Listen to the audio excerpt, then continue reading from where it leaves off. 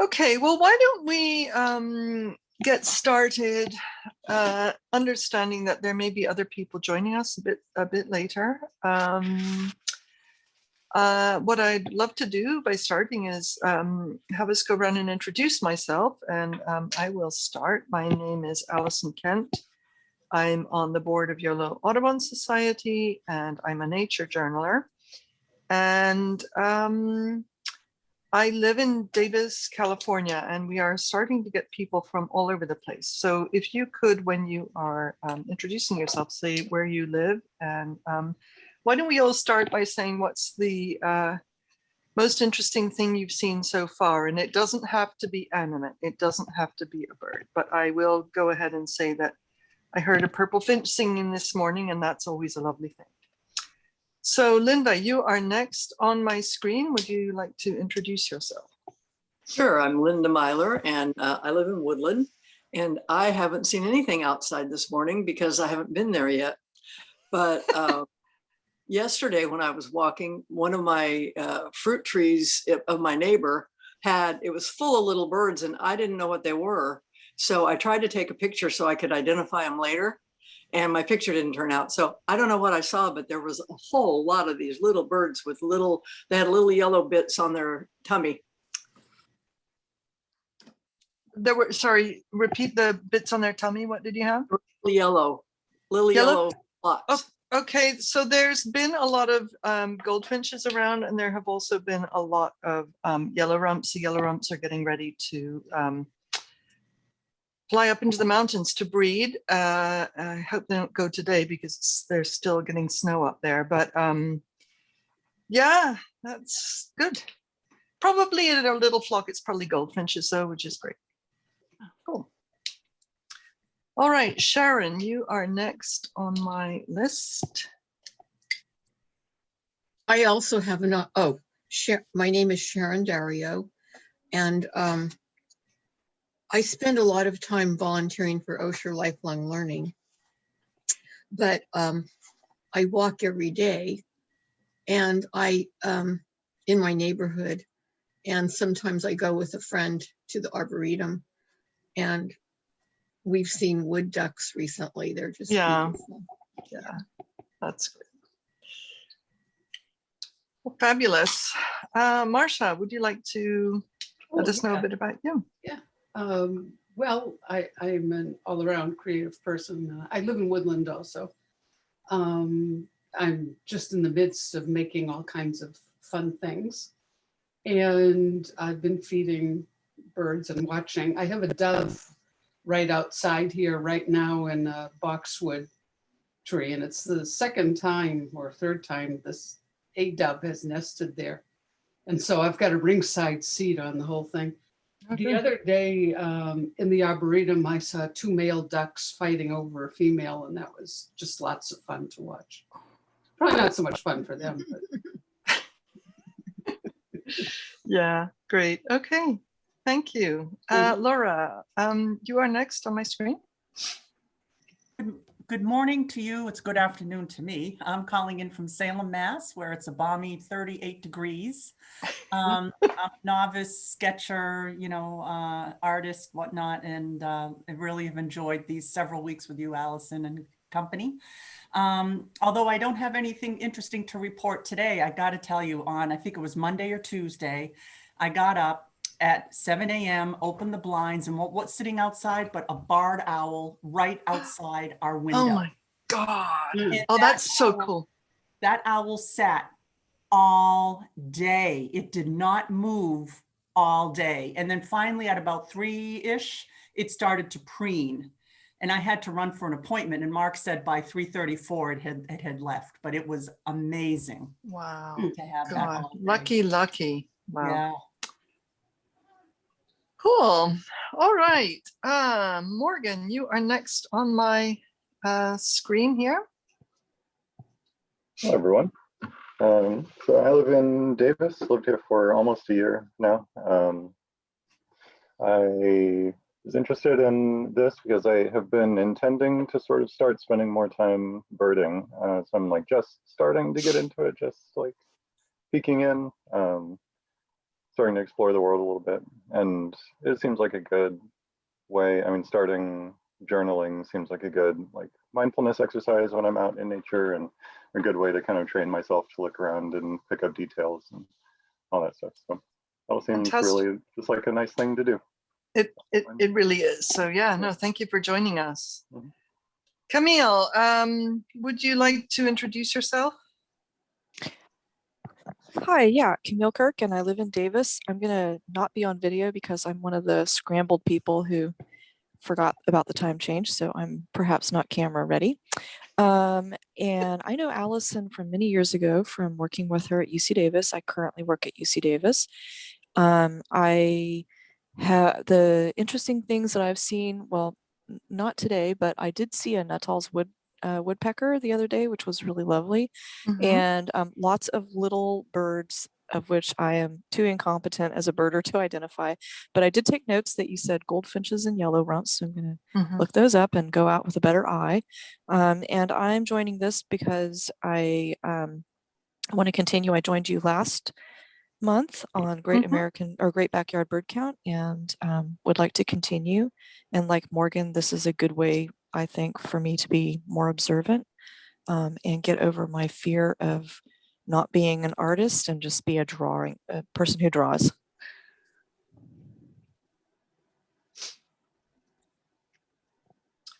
Fantastic. And last but not least, Carolyn, would you like to introduce yourself? Hi, my name is Carolyn Johnson. I live in Woodland, and we have a little bird. We don't know if it's the same one every year or not, but he lands on our back fence, and basically mostly black, and he's got a mohawk hairdo. So whenever either my husband or I see him, we yell out "Punkpecker," and the little punk rock hairdo. And I'm curious to learn what kind of bird he is. Okay, well, it sounds like what you're looking at is a black phoebe. That is a small black flycatcher, very white chest, well, white belly below the chest, but very clear markings. And they eat flies, they eat other flying insects. And good for you for making those observations, because your description allowed me to tell you exactly what that was. There's no question in my mind. So good observation. Okay, folks. So my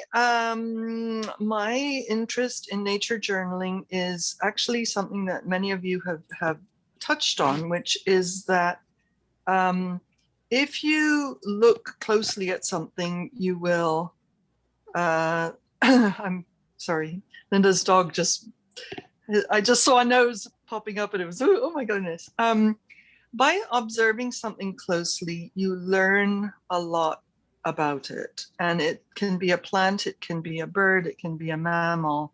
But what I love about doing this is that you always learn something new. Like every time you do this, you learn something new. And if you record it, you are getting a very good sense of your progression over time. And nature journaling is something that has gotten quite popular. I know that I've said this in the past, but it sort of grew out of Joseph Grinnell, who was a biologist at UC Berkeley, would send his students out into the field with a journal, and they had to record the date, the time they started, the time they ended, what the temperature was, what the general weather was, and all their observations. And he would encourage them to make sketches of things so that they could pinpoint things like, the jackrabbit's ears seem to be, 2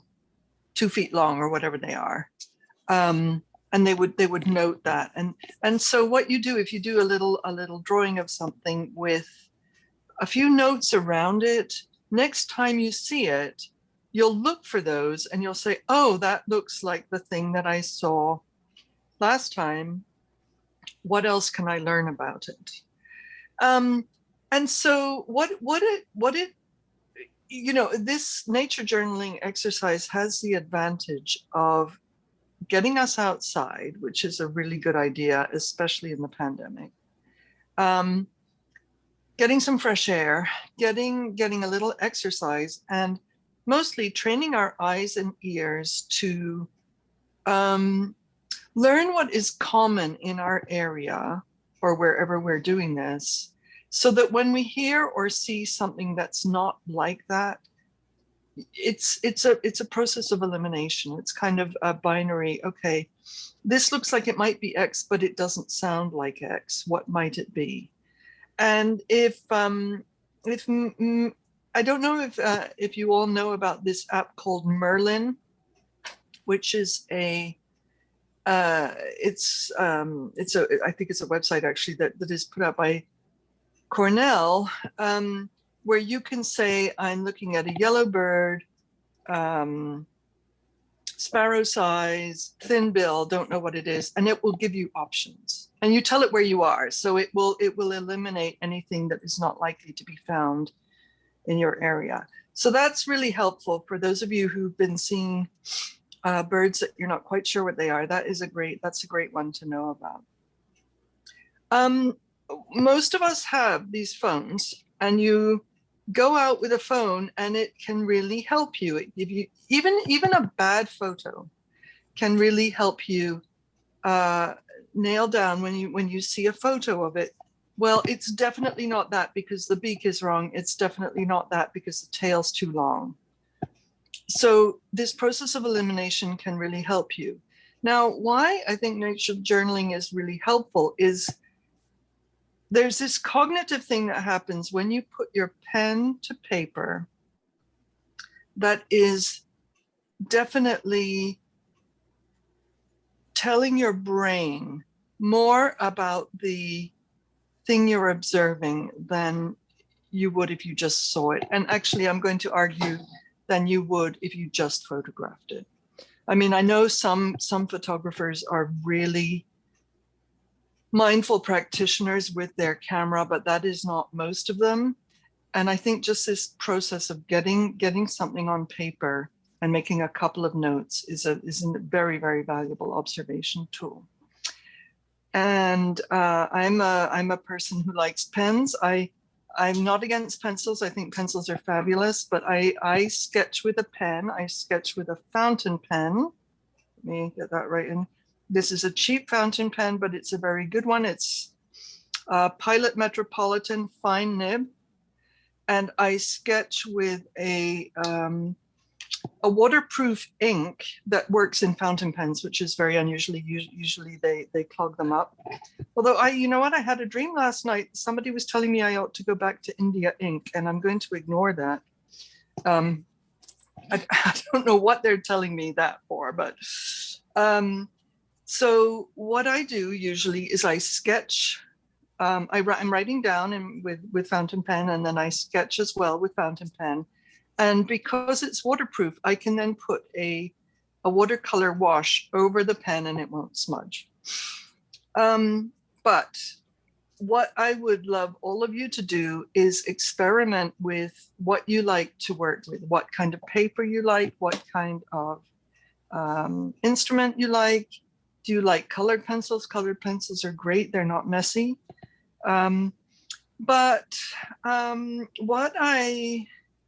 Well, first of all, before I go on, are there any questions or any comments? Francesca, I would just like to welcome you. Thanks for coming. Great to see Sorry, you. I'm late. No worries. Can you just give us a quick, where are you calling in from and what brought you here? So I'm calling in from Davis. Uh-huh. And I have never been to a journaling workshop before. All the time I do my bird watching alone. So I just wanted to try this out and see, learn a bit more about drawing and such. Fantastic. Okay, well, you're in the right place. This is good. So what I did want to go through very quickly was to let you see my nature journaling kit. So this is it's a small backpack, and I have it ready all the time. It's ready at the door, loaded, ready to go. The only thing I ever do before I go there is I get this pen in my pocket. I have many fountain pens. This is my current favorite. So in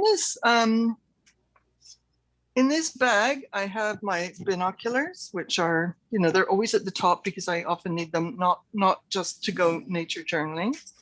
I have my journal, and I use a Stillman and Byrne beta that is this big. You don't want something too big because it's going to be clumsy to take out. And if I'm just going to be walking around, I'll take a much smaller one that will fit in my pocket.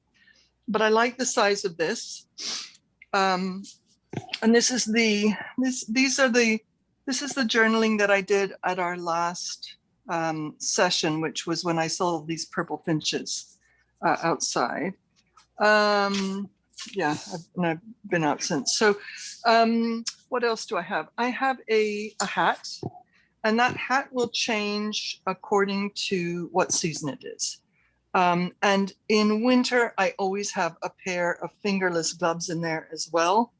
You don't need those in summer, but they're handy to have, you know, and if you have a bunch of pairs, then you don't need a lot of them.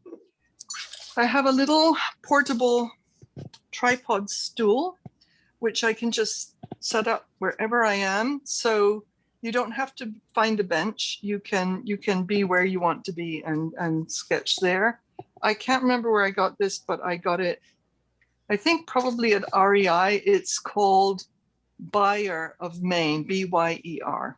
I mean, I got a long time ago. I can't remember where.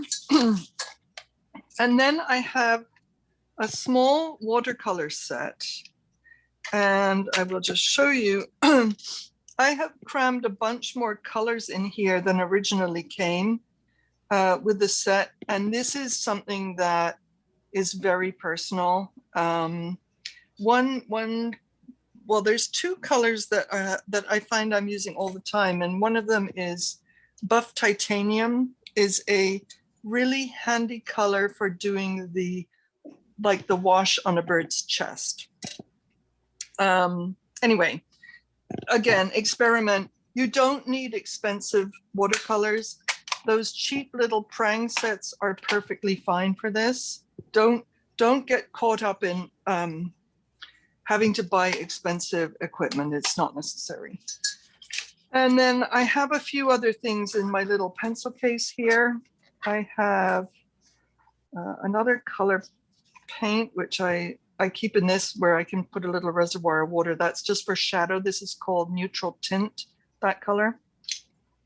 I have a few colored pencils, brown, yellow, green, and white. And white is very handy if you're going to be going over a wash, like a brown wash. If you want to get the little white tips in a wing, this is handy just to give you a bit of definition. I've got a different blue, and what I especially have and what I especially recommend is a water brush. This is a reservoir for water in the brush, so you carry it with you, and then you can just use this to paint directly with your watercolors. If you're using a water soluble pencil, which I do recommend, these are really, they're very handy because you can be drawing your thing and then you can add it and it becomes watercolor. Those are very useful tools. And I had some, I do like my watercolors, and so I use those, but watercolor pencils are a great tool. So I have two of these. I have a medium-sized one and a small one. And this is made by Pentel. I think it's called Pentel Aquash. And a little ruler for in case I need to make a measurement of some scat that I find, or how long is a leaf, this kind of thing. And I have a pencil, I have an eraser, I have a sharpener, and that's kind of it. But I've said this before on here. I like to encourage people not to become slaves to their erasers, which is why I avoid pencil. There's nothing wrong with using pencil, but don't get caught up on it's got to be perfect. So my recommendation is to draw what you see, trust your eye and trust your hand. And if the line isn't right, draw the line again. It's okay. Nobody's going to be there. Nobody's giving you a grade on this. But one thing to pay attention to, especially when you're looking at a bird or a mammal, is what orientation is the bird? I mean, if a woodpecker's on a tree, it might be vertical. If it's a thrush, it might be standing pretty tall. If it's a warbler on a tree, it might be vertical. If it's a nuthatch, it might be looking down. So pay attention to what the angle is and what is the orientation of the head with respect to the body. Is it looking down? Is it looking up? If it's a raptor in flight, how far out is the head projecting beyond the wings? And that's a very diagnostic feature. For example, one very good way of telling a sharp-shinned hawk apart from a Cooper's hawk is that the Cooper's hawk will protrude, the head will protrude more from the wings, whereas the Sharpie's kind of in line with the tip of the wings. So, Laura, I want to ask you, since you shared this fabulous story of your barred owl last week, did you draw it? I did not draw it, but I have sketched, you know, I do have a little sketch of a barred owl that I saw, I think it was 2 years ago. But the reason that I didn't, it was in the middle of my workday. So I was only able to like see it during breakfast. And then I literally could just like peek around my laptop and I could see the back of it out the window. But, you know, I had a big deadline. And so I could only do this, that, and the other thing. So I did not, but I have pictures. Okay. I have photos. Okay. And my plan is to draw from the photos and the memo. Okay. And so, okay, so what you've said there is really great. I will encourage people to that. There is a website, and I'm blanking on it now, but it's this bird photographer, and he is very happy to allow nature journalists to use his photos to draw from. VJ, oh my gosh, I will find that and I'll send it out to you all. I'm so sorry. It's called bird photography. But anyway, drawing birds from photographs is much easier than drawing them live because they don't move. And it's often pretty easy to tell that someone has done a sketch from a photo because it's dead. So just be aware of that. That is a trap. Don't always sketch from photos, but it's a great idea. So one thing that Keith Hansen is a bird artist out in Bolinas, and one thing that he recommends, which is a sort of a similar tactic, is when you see a bird, look hard at it and then close your eyes. Close your eyes and try and remember, draw the contour of the bird in your head. What did I just see? And try and remember as much as you can and then draw it. So that's a similar snapshot, but it's different. But that is very helpful when you're drawing birds in the field. Okay, so are there any other questions or things people would like to say or add?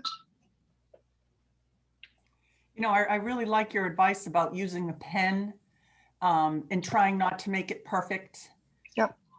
And sometimes I have a tendency, if I sketch something on a page, and I know I shouldn't, but I do, I rip the page out of my journal and throw it away. No. And I'm tempted to do that with the little sketch that I did early on with your course here of my Barrow's Goldeneye. Ugh. But I've resisted, but that's a temptation of mine too. So shall I tell you why the good thing? So I'm a novice weaver, and they always tell you, keep your first weaving, keep your first spinning, because it shows you how much you progress. It's a good thing to keep it. It's a good thing to, and Laura, you're not putting this in the show. You're not, I know. So it's just for you. So, and here's the thing, actually, if you know that you've made an error in, say, the orientation of the bird. I mean, there's been a hermit thrush in our yard for the past several weeks, and it sits very upright. I mean, thrushes, like, they get their sternum to the world, and they sit upright. And if I had drawn it slightly like this instead of like this, I would go in and say, stands more upright than this. Because what you're doing is you're giving yourself an observation. You weren't quite able to get it right, but say so, say why. And, you know, if with a Barrow's goldeneye, they've got a very steep forehead. And if you did a more tipped forehead like this, like a lesser goldeneye, you might say, or a common goldeneye, you might say, forehead is steeper than this. And you could put in a little guideline, you know, it should be this way. I did it this way, it should be this way. And use it as a learning opportunity. So and don't be too hard on yourself. I think that's the thing. We're all very self-judgmental, and it's the bloody pandemic, people. Let's just have fun. Let's just have fun with this. Okay. Well, so how do people feel about going out and doing some sketching and journaling? Yeah, we don't have rain here today. I mean, it may be coming in a bit, but so what we've done in the past, and I just want to run this by you, is we've gone out for about an hour somewhere. It can be in our yard, it can be a bit further away, and just record what we see and hear. It can be plants, it can be animals, it can be people, you know. People are doing something interesting. We are we are animals. I think it counts. But so yeah, go out and really at least one thing, look at it, look hard, and try and make notes about it. Okay, date, time in, time out, weather, temperature, is there any wind, are there any clouds, this kind of thing. And then try and record what species you see or hear.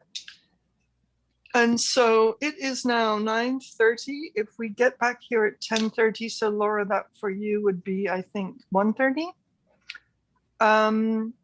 And we can share what we've learned and what we've observed. And if people are feeling up for this, share what we have drawn. I encourage you to do that, because this is a very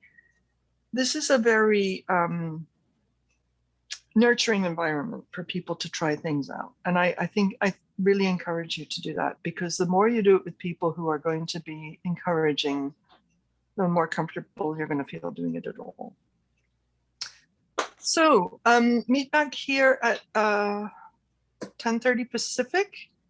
And what I'm going to do is I'm going to, oh, sorry, I should probably have said this meeting is being recorded. I hope everyone is okay with that. For the people who can't make it. So I'm going to turn off the recording. I'll get back here by about 10:25 and come back in when you like. And we'll probably have about half an hour wrap up at that time. So we'll probably be done by 11 Pacific. Okay, so I will see you shortly, and have fun out there. Thank you. Okay, take care.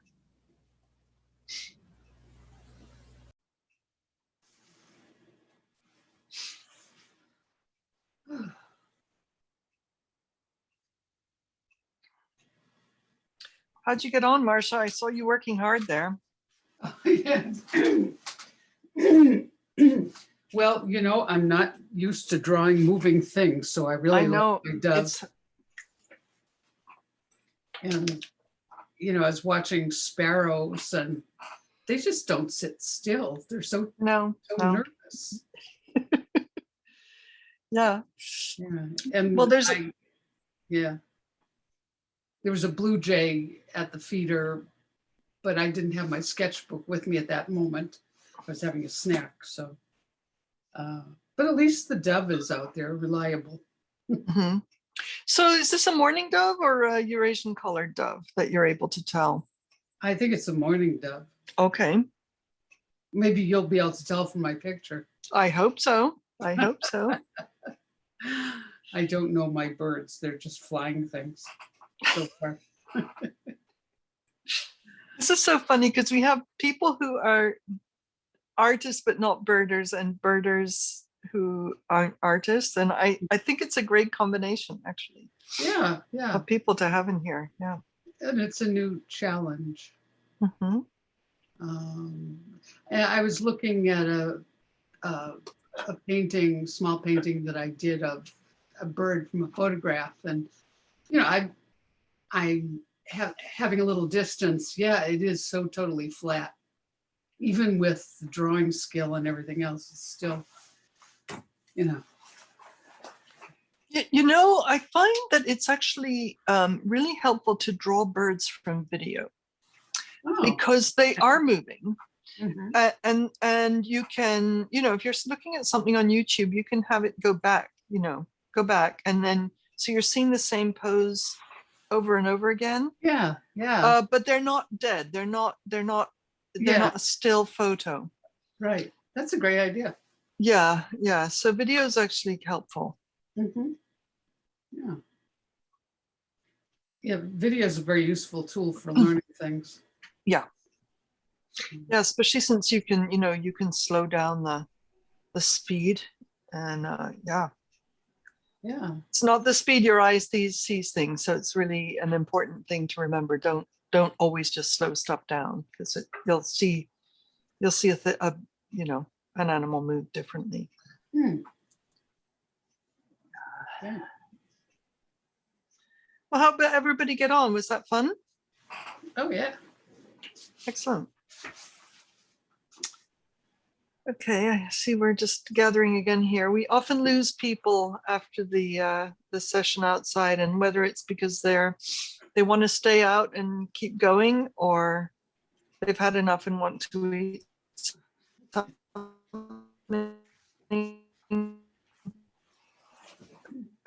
With that here. Okay, so the first question that I have for people is, did you learn anything new when you were out for this hour, or when you're looking outside for this hour? Yes, I noticed that. I don't know if it was the temperature or the overcast, but there were no large birds out in the backyard. I heard them, but I didn't see them. There are only little birds flying about. Mm-hmm. Yeah, I was hoping to see my first of the year Swainson's hawk, and they are not up yet, but they're back. They're coming in. Did anybody else? How about you, Sharon? While you were talking earlier, a hawk landed on my fence in my back patio, which I'm facing. So I sketched it while you were talking. And Correct. Good.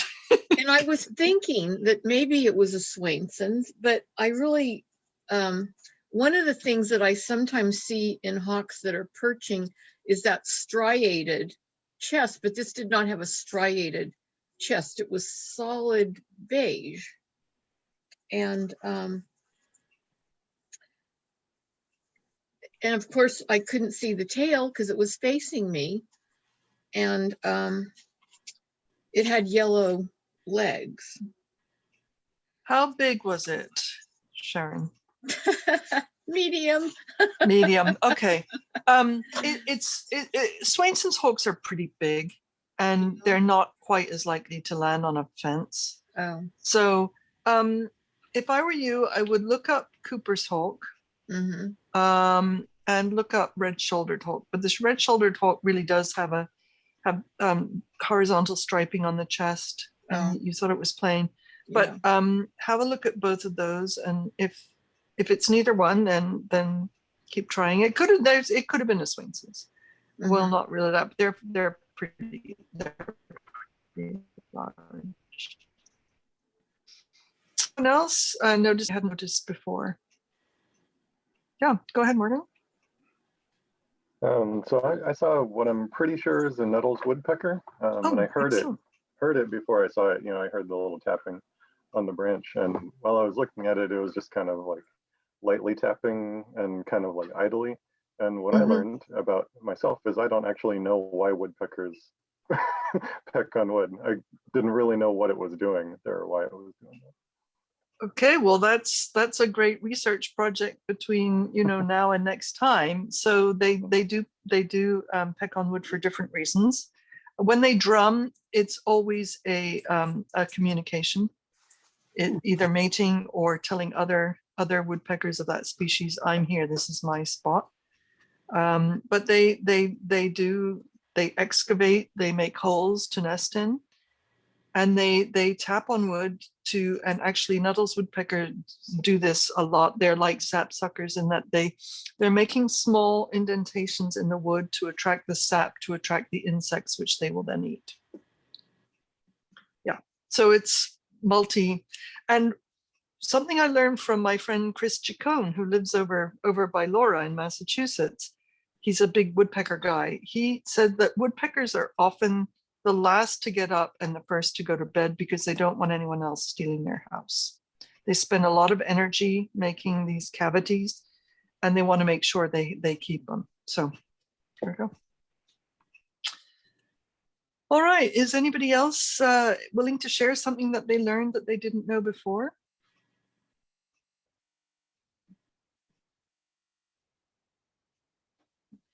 Well, I learned that when you want a bird to perch, it won't. I live in a relatively new development, and so seeing birds is, we've been here 6 years, and the bird population is increasing. But oh, good. I got to draw a plum blossom instead. But plum blossoms are great. They don't move, and they'll be gone soon. So that's a good one. That's true, yeah. But the only bird I saw very quickly was a pigeon. We have a bunch of pigeons that live on the other side of the development. One flew over, but that didn't do me any good. So that's one, Linda, to remember. Look at it hard, close your eyes, try and do the outline in your head. And then, that's a good one to practice because it's actually a very handy tool. Okay. Anybody else? Well, I saw an orange-crowned warbler, and I was able to notice that it has a sort of a broken white eye ring that's very faint. And so that was kind of new for me. That is not something I associate with that bird. So that was very interesting. Okay, is anybody willing to share their pages, their drawing? Yeah. I'll share. One, I will, if that helps. So let's see. Yeah. So I saw a pair of mourning doves. I saw my orange-crowned warbler. There are squirrels in the trees here. The leaves were leafing out already. Laura, I'm sorry to say this to you because you really aren't yet. I know. But the squirrels are eating the little buds on the trees. And I was looking at there were a couple of white-crowned sparrows, and they'll be leaving us very soon. So it was kind of nice to draw them. And I drew a couple of mourning doves. And then I had this Anna's hummingbird fly directly over me. And it was this very interesting cross shape, like a plane, obviously like a plane, but the proportions reminded me of a Spitfire plane. So, small, compact, very aerodynamic. So that was, and I did get quite a big bird list in the end of all of that. I was looking for my Swainson's hawk. I didn't see it. But yeah, no, I had a good time. It's amazing how much you can record in just a short little session. So this never needs to be a marathon. It doesn't have to be a whole, like half an hour is enough to find a lot of stuff to observe and sketch. Your squirrel is so cute. Oh, well, they're nasty. They're invasive here. So Laura, they came across the country at the rate of 10 miles a year. Oh, And now wow. they're here and they're just a misery. Anyway, And yeah. what kind of They are squirrels cute. They're the eastern fox squirrel. Oh, okay. They're not welcome. They're not welcome Wow. here. Yeah. Mhm. Yeah, they were in Davis first and they've made their way to Woodland. Mm. Yeah. They're just Yeah, I hate them. filling a niche. Yeah. Oh. So would anyone else like to share their work, their Sure. page? Okay. All right. I'm going to. So because let's see, I can't. Oh, that's a mourning dove for sure. Lovely. That's what Yeah. I thought. Mm-hmm. Because it didn't move, I could spend a lot of time on it. Mm-hmm. That's really great. Very nice. So the way that they all snuggle in like that, you really caught that.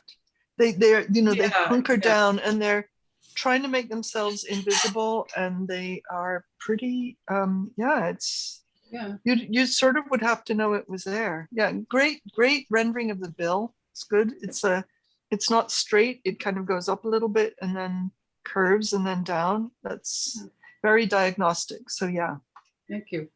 I had a little trouble with the ink when I ordered. I got the Pilot Metropolitan pen, Oh, good. and I didn't order the document ink.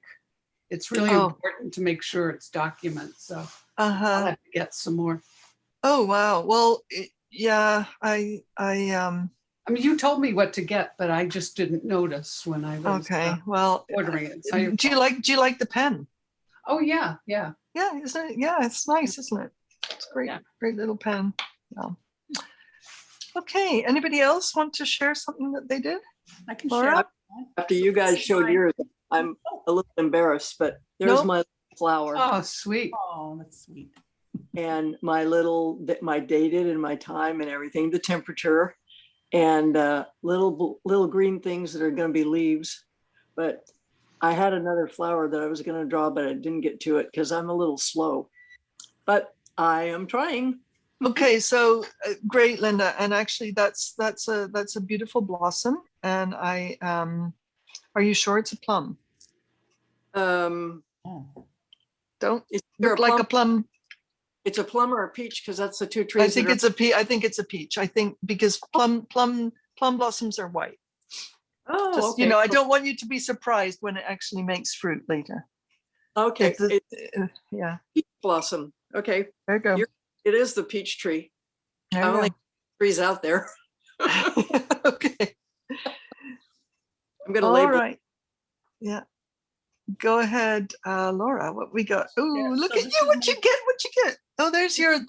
Oh my That's gosh! my barred owl. So like I said, I took several pictures, but so it was roosting facing one way and then another way, and then I tried to get straight on. Oh, lovely. Oh, really nice drawing. So what I'm loving about this is that you did not become a slavish copier of your photo.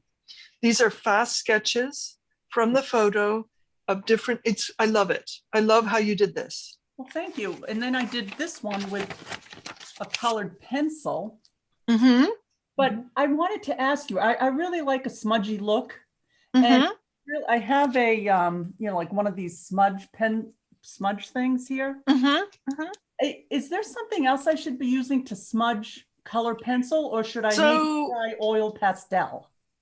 Oil pastel is very hard to control. What I would recommend to you is, is this a watercolor pencil that you're using? No, I do have watercolor pencils. This is just regular, colored pencils. Okay. So what I would say is, if you're wanting a smudge, is use the watercolor pencil. Draw it in watercolor pencil and then use a water brush or just a brush with water on it. Yeah. To smudge the outlines. And you can get some amazing effects with watercolor pencil. Oh, maybe I'll try that. Yeah. And especially for something like an owl where there are, nothing is clearly defined really except the eyes on a barred owl. The eyes are very clear, right at you. Right. But the rest of it's very soft. So I think that might be a good medium for you. Okay, I'll give that a shot. Thank you. Yeah. Oh, I love the sketches. Thank you. God, great. You, what a nice thing to have in your yard. Jeez. Yeah. Okay. Anybody else would like to share? Go ahead, Morgan. So just to prove nobody should be embarrassed about their sketches, the first bird I saw was California scrub jay that was nice enough to perch like right out in the open for me right as soon as I walked up to a tree. So I was able to get a good long look at that. And then later on, I saw the woodpecker there. The nuttals. Yeah, no, Yeah. I love. So right there, you're telling me you saw a male nuttals because of the red on the head. Yeah. So yeah, well observed. And I think it's you know, what both of the birds that you drew, even though you were not confident in your drawing, they are both identifiable as species. And that's what this is really about. So the more that you do it, the better you'll get. And the better you get, the better you'll see. This is my, I did not get that from a book. This is Alison's little Allison's wisdom. maxim, but I definitely think the more you do it, the better you get. Well, that's one of my goals. So Yeah, and you can just draw your coffee cup. You don't have to be drawing. It is definitely a hand-eye coordination thing, and it's good for our heads. I mean, it's good to get yourself out of your think all the time. This is definitely using a different part of your brain, and I think that's really good for us. Yeah. All right. Anybody else would like to share? Well, what I noticed, I am a stick figure drawer. And, No problem. So I found a little bird and I drew it very small, about a quarter size picture, and he ended up looking like a dinosaur. But I did get the colors down, and I thought at first it was a hummingbird, and then I was walking away going, that hummingbirds don't usually roost that long or, land on a branch for that long. So I thought maybe it was a little finch or something. So I'm not sure if my eyes were deceiving me or my expectations were that it was a hummingbird. And so that's what I interpreted it to be. It is quite cold this morning, and hummingbirds are sitting a good long while this morning. I saw one just kind of hanging out. Don't disbelieve your eyes. Actually, disbelieve your expectations. Your eyes are better than your expectations most of the time. That would be my thought on that. But I mean, and I think the thing is if you're not sure, get as much about the what it is you're looking at as you can and note it down, and then come back to your notes later. That's the whole point of doing field notes. Is okay, I'm not sure what I saw, but this is what I observed. How can I match this up to something? All right. Have we gone through everybody? Has everybody shared? We got one more. I didn't show Sharon. you Yeah. my drawing of the hawk because Oh God. the problem with it is that it has a beak like a seagull, but that's just I was trying to draw the beak, but it was looking straight at me, so I couldn't get a good look at the beak. Okay.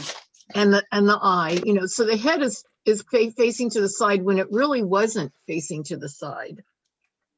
All right. I'm going to do something right now about raptor bills. Okay. So this is what most people do. Let's see if you can see me. What most people do when they're drawing a raptor bill, or like this. It's this big honking great bill because you notice it. It's and raptors are cool, but actually what they're doing is they're often making a parrot's bill. All right, so that's much more likely to be a parrot than a hawk.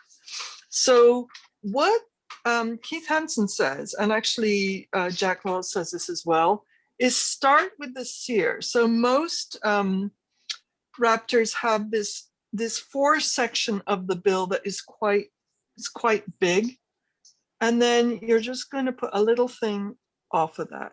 And that is a kestrel bill. Okay.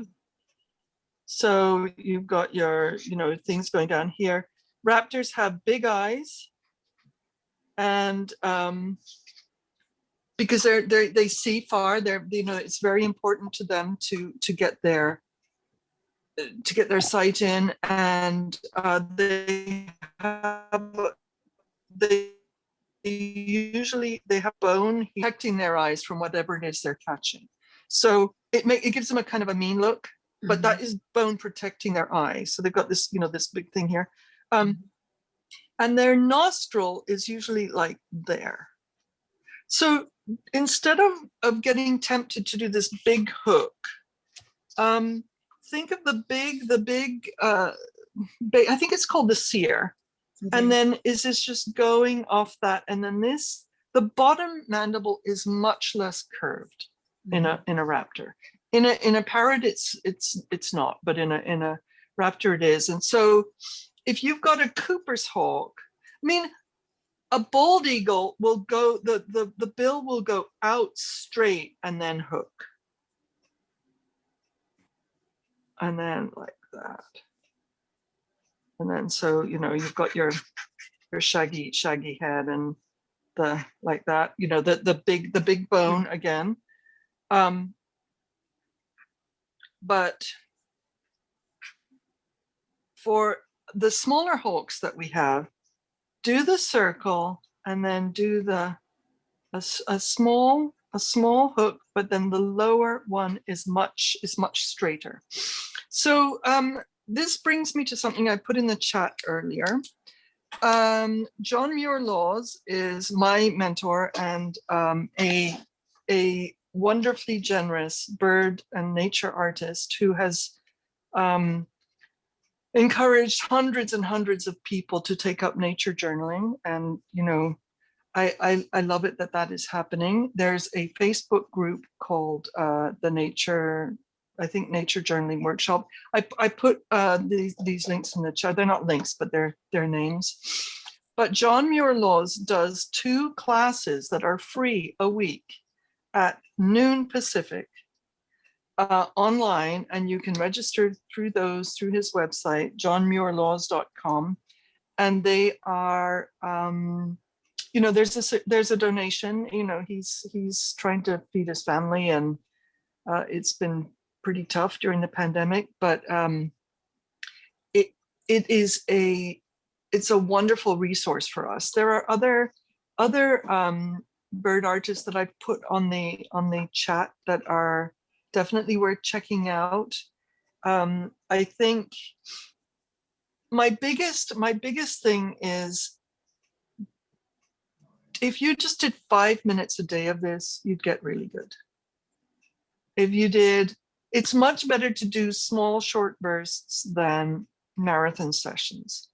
So just doing this once a month, it's great. I mean, I'm loving seeing you all, and I'm so glad that you've joined us. But I would really encourage you, as you can get out a bit more, to start using this to learn to see, because that's what we're all learning to do here, is learn to see, learn to hear, put them together, get them together with what's in your hand and get it on a page. And then we'll become better observers, and we'll become better artists. Can I any chats from you? Are they somewhere else? No, I put them in, so they are in the chat now. I can see it. Can anybody else see it? Yeah. No. Oh, at the bottom of the screen. There's well, it depends. nothing in my chat.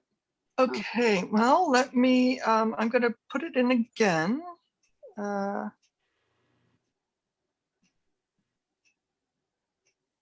Tap, paste. No. Okay, 1 second.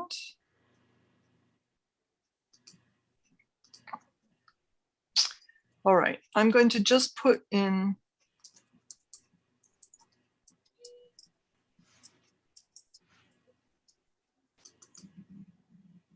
johnmuirlaws.com. Now You got that? Okay.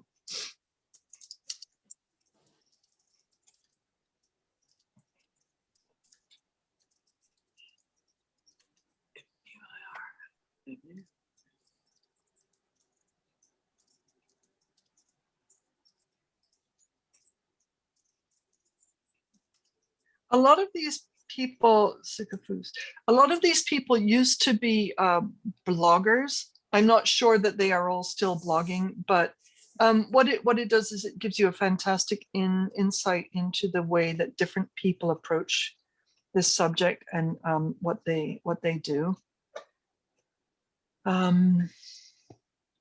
Great. Are there any more? Francesca, how did you get on? I see that you've joined us. Thanks for coming. It went fine. Went to the Davis Arboretum and. Oh, good. Did you, what the question I asked everybody, did you learn anything that you didn't know before? I don't think so.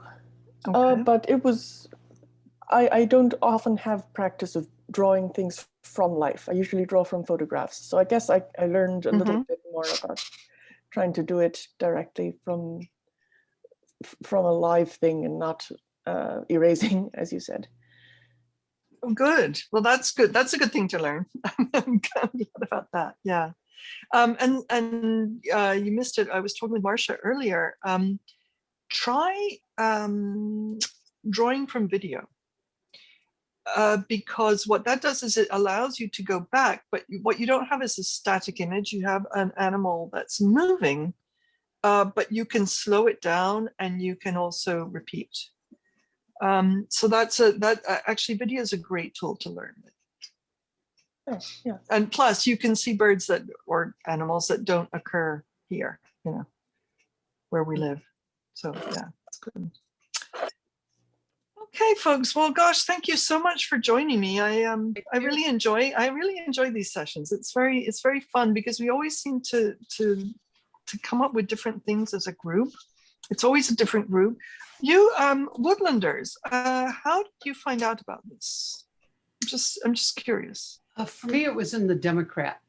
Oh, it was excellent. Yeah. Okay. But a couple of times it got published late enough that I missed the date entirely until I finally just made myself get involved right away. Okay, so yeah, it's always the second Sunday of the month at 9 a.m. Pacific, and I'm not going to change that even when it gets to be hot here. And Laura, we have terrifying heat in the summer here, but it's just easier if we stick to a certain time, and you can then get it on your calendar and keep registering. Yeah. Yeah, it's great to see you. Somebody tried to register today and she was not able to get through. So I was trying to help her a little bit get on and it didn't work. But these sessions do get recorded and they are posted after a few days on the Yolo Audubon website. They have to go through minor editing to, cut out the dead time and so on. But yeah, no, great. So happy that you were all able to come, and please come again, and please keep drawing. Even if you don't come again, please keep going out and doing this. I think it's great. Well, thank you so much, Alison. I found out from Yolo Audubon. Excellent. Mm-hmm. Okay. Yeah. Good. So. Okay, well, thank you all, and see you next month. See you All next right. Thank you. Take care. Bye, everyone. Thank you, Bye. Alison. That was great. You're so welcome. Yeah, thanks, Sharon. Mhm.